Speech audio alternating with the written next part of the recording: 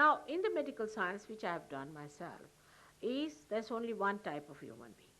They do not separate one from another. But in everyday life, you see, we are so different from each other. So there are three types of people actually.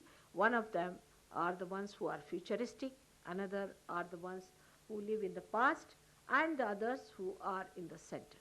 And they have three types of combinations then, that permutations and combinations work out with this. Mainly, we should say 9 type of people.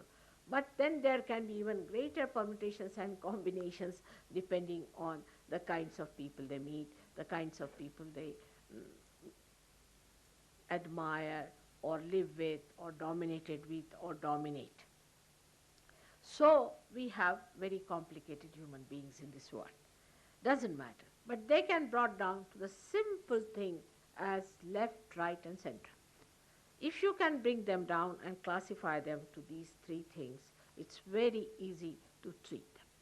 Because if somebody is a right-sided person, he'll have certain symptoms. He'll be hot-tempered fellow, he'll have a liver trouble. He'll be thin, he'll be shouting all the time on top of his voice. He may be good outside, but in his family he would be very hot-tempered. He may be a person who is egoistical, but maybe that he will look very humble because he has to deal with people, and maybe that he will be very, very aggressive to such a point that he might become sadistic.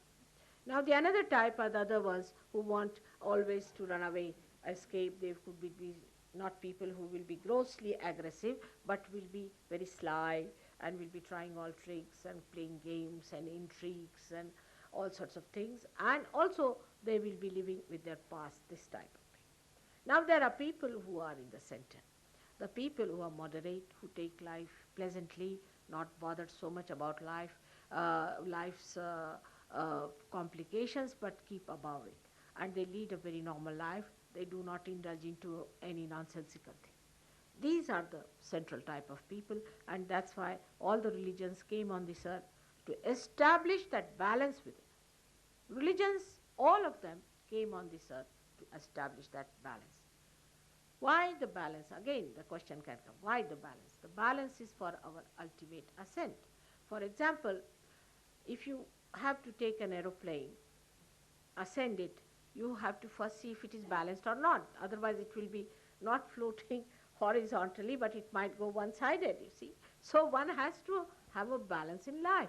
But if you read yourself, if you face yourself, you will understand that no, we are not so much balanced as we should have been. So this balance has to be brought in human beings, and that's why we had great prophets on this earth to teach us the balance.